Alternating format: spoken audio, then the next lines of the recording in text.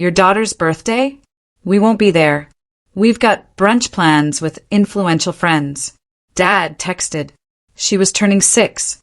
First birthday after her mother died.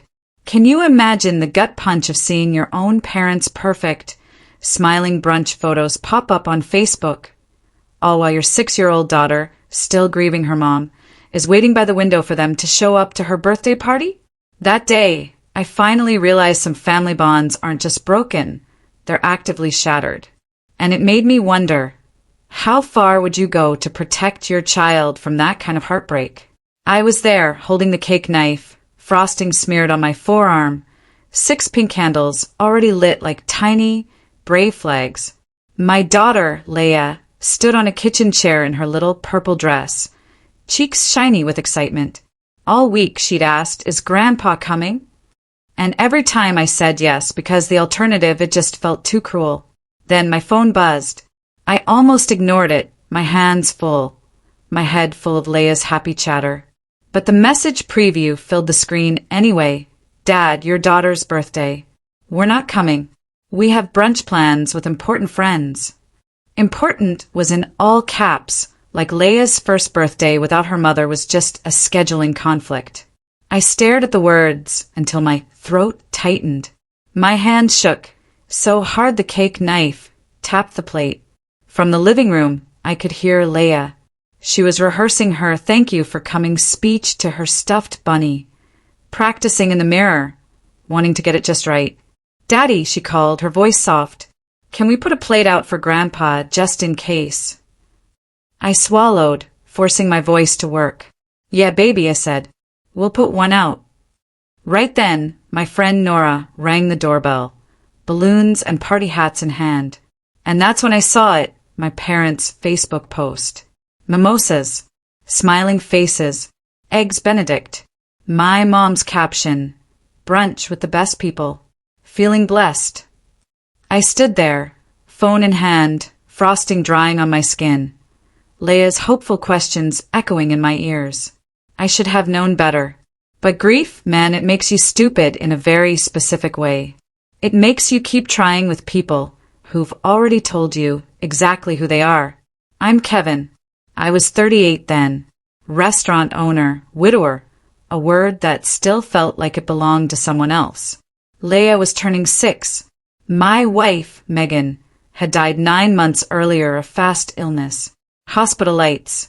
A lot of silence. The kind of goodbye that doesn't feel real until you're standing in the cereal aisle, alone, trying to remember which brand she always bought. After Megan died, the world split into 2 groups, people who showed up and people who just talked about showing up. My parents, they were firmly in the second group. They came to the funeral. Sure, they hugged me like I was a distant relative. My mom said, "You'll be fine. You're strong." Like strength was some kind of replacement for actual help. After that, they mostly returned to their normal life. Their dinners, their golf, their church friends, their brunches with important people. But when it came to money, oh, they knew how to show up for that. I'd been helping my parents financially for 3 years, ever since my restaurant finally took off. Not because I owed them, not because they were desperate, but because every time I tried to say no, they found a way to make me feel like a bad son. It started small. A loan for a property tax bill they forgot was due, $1,200. A car repair, $900. Then it became predictable. Every month, my dad would call with that same fake, casual tone. "Hey, Kev, quick question. You still got that automatic transfer set up? The one that helps us with the mortgage." The mortgage on a house they insisted they couldn't downsize from, even though it was just the 2 of them and a guest room full of furniture no one used. I was sending them $700 a week by the time Megan got sick. We told ourselves it was temporary. We told ourselves they'd pay it back. We told ourselves family helped family. The problem was the helping only went one direction. When Megan was in the hospital, my parents didn't offer to pick up Leia from preschool. They didn't offer to bring food. They didn't offer to sit with Leia so I could sleep. But my dad did text me once. "Don't forget the transfer on Friday." Bank fees are ridiculous. I remember looking at Megan in her hospital bed, her eyes closed, her hand cold in mine, and feeling something heavy settle behind my ribs. Not anger yet, more like a long, slow understanding. They weren't my safety net. I was theirs. And when Megan died, I became a single dad with a restaurant to run and a child who woke up at night calling for her mom. I kept the transfers going anyway because I was tired. So tired. Because I didn't have the emotional energy to fight every battle at once. Because I kept thinking, if I just keep being steady, maybe they'll soften. That winter, I paid for their new water heater, $2,400. Their HOA special assessment, $1,800. A medical bill that turned out to be my mom's cosmetic dental work, $3,200. And every time they said the same thing, "We really appreciate you, Kev." Then they'd forget Leia's birthday party time. They'd forget her school play. They'd forget to ask how she was sleeping. But they never, ever forgot Friday. The weeks before Leia's birthday, I planned like the party was a life raft. It sounds dramatic, but if you've ever tried to create joy for a child who's grieving, you know it's not just a party. It's proof that life still has color. Leia wanted a rainbow unicorn theme. She said unicorns were magic animals that don't leave. So I went all in. I ordered a unicorn cake with extra bright mane. I taped a paper rainbow across the living room, each stripe cut by hand. After Leia went to bed, I bought a little plastic crown that said "Birthday Girl" in glitter letters. I mailed invitations the old-fashioned way, with stickers and everything, because Leia liked stamping the envelopes like she was sending secret mail. And I called my parents 2 weeks ahead of time. "Leia's party is Saturday at 2 o'clock, I said. "She's really excited. She asks about you every day." My mom laughed, like I was being adorable. "Oh, honey, of course we'll be there." My dad said, "Put us down as yes." I asked them to promise. My dad sighed like I was being needy. "Yes, Kevin, we'll be there." So, every day when Leia asked, I said yes because I believed promises still meant something to them. Or maybe I just needed to believe that for her. The morning of the party, Leia woke early, hair sticking up, eyes bright. "Is today the party?" she whispered, like if she spoke too loudly it would disappear. "Yes," I said, "and Grandpa and Grandma are coming." She hugged my waist so tight my back cracked. "Good," she said, "because I made him something." She ran to the kitchen and brought me a card. Construction paper, uneven edges, marker scribbles. Inside was a drawing of a stick figure family, me, Leia, and a third figure with yellow hair and a big smile. "Is that Grandpa?" I asked. She nodded. "I made him tall," she said, "so he can reach stuff for me." I had to turn away for a second, pretend I was looking for tape. My eyes stung. My chest felt like a door was closing. I wasn't just planning a party. I was trying to build my daughter a small village in the middle of an empty field. When my dad's text came, I didn't answer right away. I stared at it until the words blurred. Then I looked over at Leia. She was lining up paper plates, whispering to herself. One for Nora, one for Teddy, one for Grandpa. She'd counted Grandpa's plate twice. Like if she counted enough, he would appear. Nora showed up first, carrying balloons and a big smile that didn't quite reach her eyes when she saw my face. "What happened?" she asked quietly. I showed her the text. Her mouth tightened. "Kevin," she said, "I'm so sorry. I didn't want sympathy. I wanted my parents to not be the kind of people who did this." I swallowed and forced my voice to stay steady. "We're going to have a good party," I said. "No matter what." Nora nodded. She went straight into action mode, the way good friends do. Hanging streamers, arranging snacks, keeping Leia busy so she wouldn't stare at the front window. But kids always know. At 2:10, Leia stood on tiptoe by the curtains. "Maybe they're stuck in traffic," she whispered. At 2:30, she asked me, "Did Grandpa forget?" At 2:45, she stopped asking. She just sat on the floor, her crown tilted sideways, quietly pulling the ribbon off a party favor. That was the moment that broke me. Not the text. not the brunch photos. My daughter, 6 years old, sitting in a room full of unicorn decorations, looking smaller than she should have. After we sang and she blew out candles, she made a wish so intense her eyebrows pulled together. I knew what she wished for. When it was time for gifts, she opened them politely, hugged people, said thank you. But every time the front door made a sound, her head snapped up. My restaurant cooks even stopped by, dropping off a gift bag with a little stuffed unicorn and a note that said, "Chef Kevin, we love you and Leia." She smiled at that for a second. Then she asked Nora, "Do you think Grandpa is coming later? Maybe for cake?" Nora looked at me, eyes shiny. I nodded, a small, painful gesture. "We'll see," Nora said gently. And then, as if the universe wanted to be extra cruel, my mom posted another photo. This time, it was the two of them clinking glasses. Caption, "When you know the right people, doors open." Something in my body went cold. I walked into the hallway away from the kids, and I did the one thing that felt like I could still protect my daughter. I took a picture. Not of her crying. She didn't cry. She'd learned not to cry in front of people, which was its own heartbreak. It was a photo of Leia sitting on the carpet, her crown askew, holding Grandpa's card in her lap like it was fragile. Her eyes were down, her mouth a straight line, a disappointed face framed by unicorn streamers. I texted it to my parents. No caption at first, just the photo. Then, after a long breath, I typed, "Last time you break her heart." My thumb hovered over send. I pressed it anyway. They didn't respond. Not that day. Not the next. Leia asked about them once the following morning while we ate pancakes. "Did Grandpa see my card?" she asked. I said, "Not yet." She nodded, like she was absorbing a fact about the weather. Then she got up, walked to the fridge, and taped the card there herself with a magnet. "So he can see it later," she said.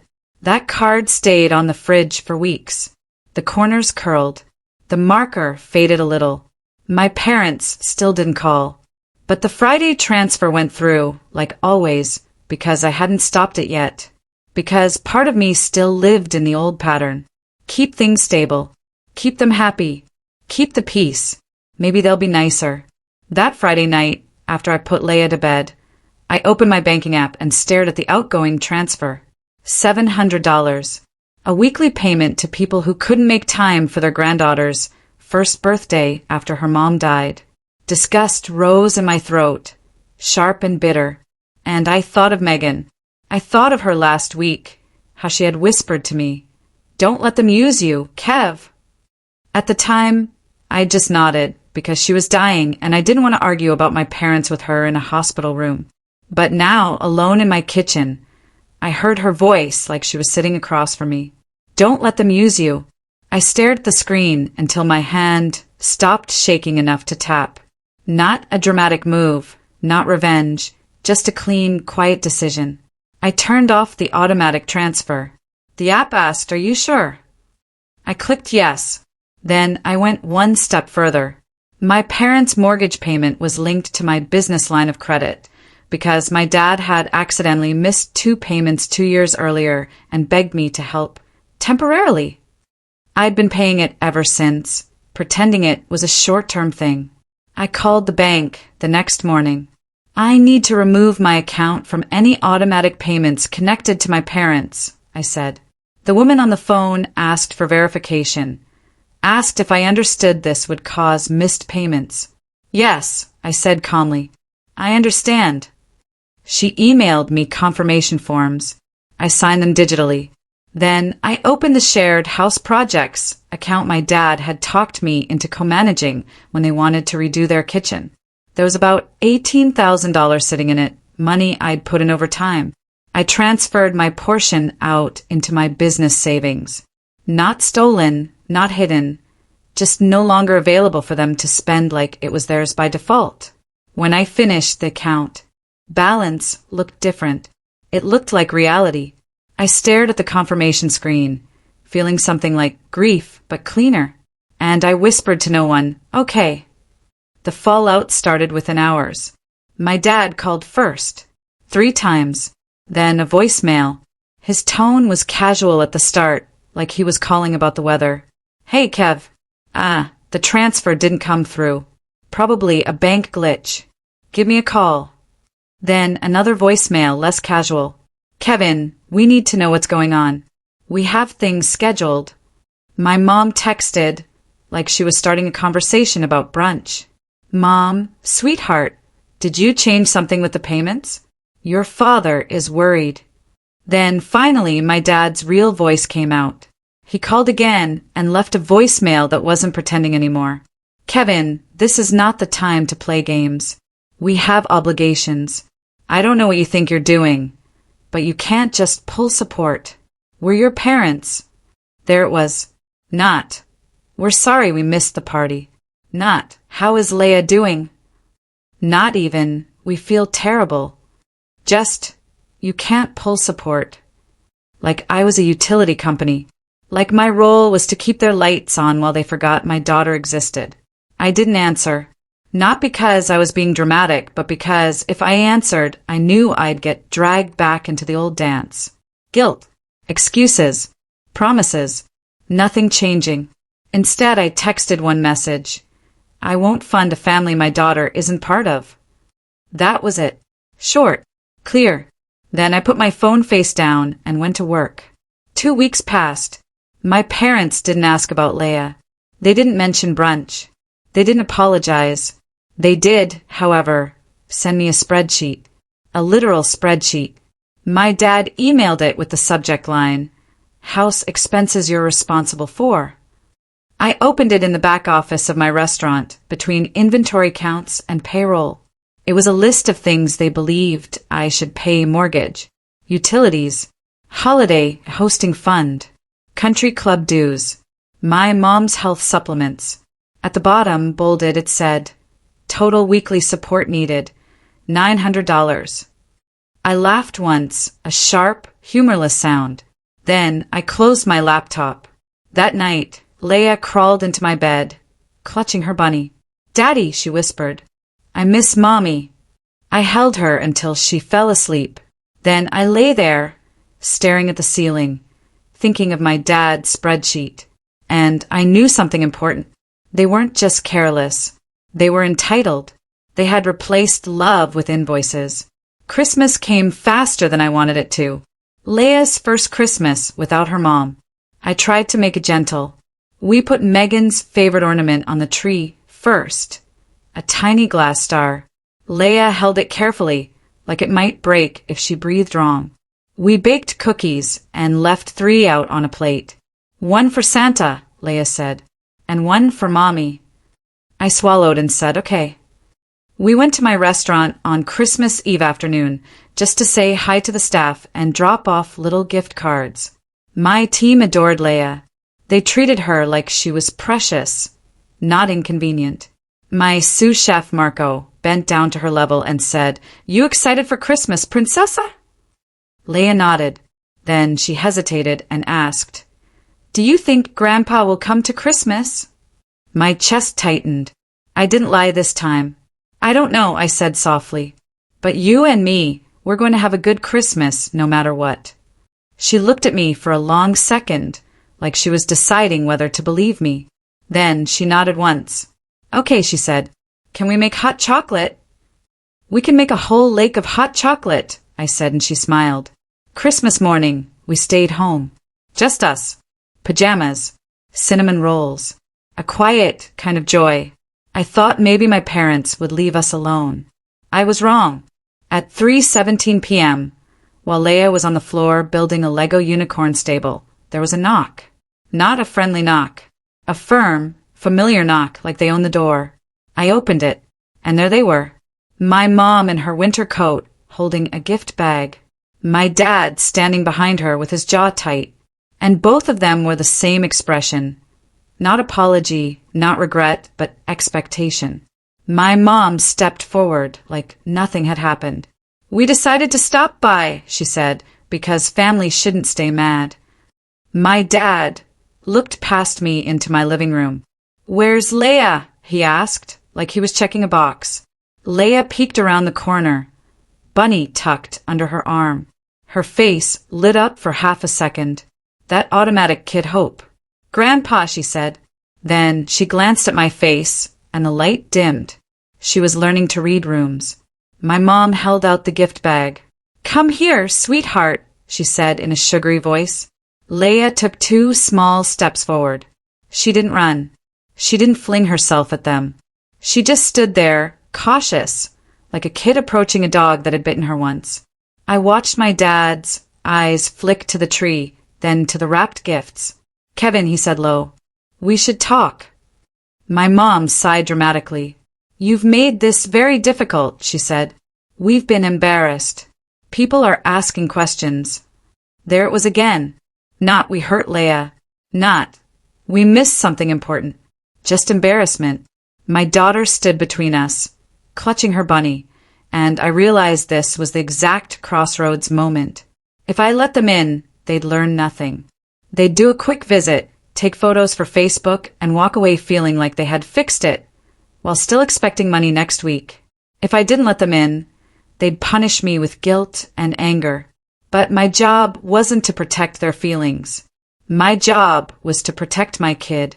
I knelt down next to Leia and spoke gently. "Sweetie," I said, "can you go pick your favorite new ornament and bring it here?" She hesitated. Nora had taught her a quiet code word after Megan died. If Dad asks you to do something weird, it means he needs a minute. Leia nodded and walked to the tree, hands small and steady. I stood up and looked at my parents.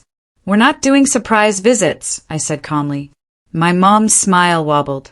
"We brought gifts," she said like that was a magic key. My dad's voice sharpened. "Kevin, don't do this on Christmas." "Then you shouldn't have done it on her birthday," I said. My mom's eyes narrowed. "Oh, come on," she snapped. "It was brunch. We had commitments." "Your granddaughter had a commitment, too," I said. "She was turning 6. It was her first birthday without her mom." My dad exhaled like I was exhausting. "You're making everything about grief," he said. "Life moves on." I felt something go very still inside me. Leia came back, holding the glass star ornament, Megan's ornament. She held it like a tiny offering. "I wanted to show Grandpa," she said quietly. My dad barely glanced at it. My mom reached toward it. "That's nice," she said, "too fast, too fake. Let's take a picture." Leia's fingers tightened around the ornament. She pulled it slightly back toward her chest. And that was it. My daughter didn't even know she was drawing a boundary, but she was. I looked at my parents and spoke like I was telling them the restaurant was closed. "You don't get photos," I said. "Not today. Not like this."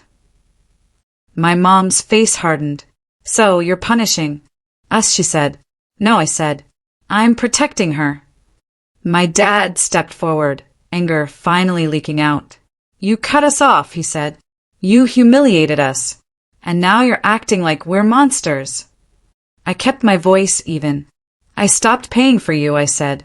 "That's not humiliation. That's reality." My mom scoffed. "We raised you," she snapped. "We sacrificed." "You raised me," I said. "And now I'm raising her alone. That's what you're ignoring." My dad's jaw clenched. "So what? We're not welcome in your house now," he demanded. I nodded once. "Not unannounced," I said. "Not without an apology. Not without actually showing up for her in a way that isn't performative." My mom huffed. "What apology?" "For missing a party," she said. I didn't raise my voice. I didn't argue in circles. I just held their gaze and said the simplest truth. "For making her feel like she didn't matter," I said, "and for making me lie to her." My dad looked away first. My mom's eyes flashed. "This is ridiculous," she snapped. "You're turning her against us." I glanced down at Leia. She was standing very still, holding her mom's ornament, watching my parents like they were strangers. No anger, no drama, just distance. I opened the door wider, not to invite them in, but to make the exit obvious. "You need to leave," I said. My mom's mouth fell open. "Kevin." "Leave," I repeated. "Calm, firm, and don't show up again without calling first." My dad grabbed my mom's arm, not gently. Fine, he said. Fine, but don't come crying to us when you need help. I didn't flinch. I needed help, I said quietly. You had brunch. My mom made a sound like she wanted the last word, but my dad pulled her down the steps. Leia didn't wave. She didn't run after them. She just stood there, holding that little glass star like it was the only thing in the world worth protecting. When the car backed out of the driveway, she finally exhaled. Daddy, she whispered, did I do something wrong? I dropped to my knees in front of her, so fast my joints hurt. No, I said. No, baby. You didn't do anything wrong. She looked at the ornament, then at me. Okay, she said softly. Can we put Mommy's star back on the tree? Yes, I said. We can. We hung it together. Her hands were careful. Mine were shaking. That night, after she fell asleep, my phone lit up with texts. My mom, you embarrassed us. My dad, you're being dramatic. Then, finally, the one that made it clear nothing had changed. My dad, so when are you reinstating the payments? I stared at it for a long time. Then I typed one sentence. I'm not your backup bank. And I blocked both numbers. The next week was loud in a quiet way. They called from different numbers, left voicemails, sent emails. My aunt messaged me, your mom is heartbroken. A cousin wrote, it's Christmas, Kevin. Nobody wrote, how's Leia? So I stopped checking. Instead, I did something small and symbolic. I took the card Leia had made for Grandpa, the one that had been taped to my fridge, edges curled, and I framed it. A cheap black frame from the craft store, nothing fancy. Then I hung it in the hallway, right where we walk past every morning. Leia noticed immediately. You put my card in a picture frame, she said, voice full of wonder. Yes, I said, because it matters. She stared at it for a second, like she couldn't fully process that a grown-up would treat her work like treasure. Then she smiled. A real one. Okay, she said. I'm going to make more. On New Year's Eve, my restaurant was closed. Staff had the night off, but I unlocked the front door anyway. I set up a small table near the window with paper snowflakes, hot chocolate, and a bowl of marshmallows. Nora came over. Marco and his wife stopped by for an hour. My dishwasher, Louise, brought his teenage daughter, who taught Leia how to fold napkins into little swans. It wasn't a big party. It wasn't fancy, but it was warm. At 11:59, we counted down. Leia wore her purple pajamas and held a plastic cup of sparkling cider like it was the most important thing she'd ever done. When we hit midnight, she laughed. Not the polite laugh she used around my parents. A full-body laugh that made her shoulders lift and her eyes squint. I looked around my restaurant, my place, built with my hands and long nights, and I felt something settle. This was our family now. Not blood, not tradition, not obligation. Just people who showed up. Later, after everyone left, I swept the floor and turned off the lights. Leia tugged my sleeve. Daddy, she said sleepily, are we still a family if Grandpa doesn't come? I knelt down and brushed her hair back. We're a family, I said, because we love each other. She nodded like that made sense. Then she pointed up at the framed card in the hallway near the office door. Can we put one for Mommy too? She asked. My throat tightened. Yes, I said. We can. The next day, we printed a photo of Megan, one where she was laughing, eyes bright, holding Leia on her hip. We framed it. We hung it next to Leia's card. 2 frames side by side. One for the love we lost. One for the love we protected. And the chairs my parents would have sat in, they stayed empty. Not as revenge. As a simple, quiet truth. They didn't belong in the life I was building anymore. Not if my daughter had to keep asking, is Grandpa coming? Not if the answer kept breaking her. So, I made sure she didn't have to ask. Seriously, I've replayed that Christmas scene a million times in my head. If you were me, standing at that door, what would you have done? Have you ever had to draw a line with family, even when it felt impossible, for the sake of your own peace, or your kids' happiness? Let me know in the comments below. I really want to hear your stories.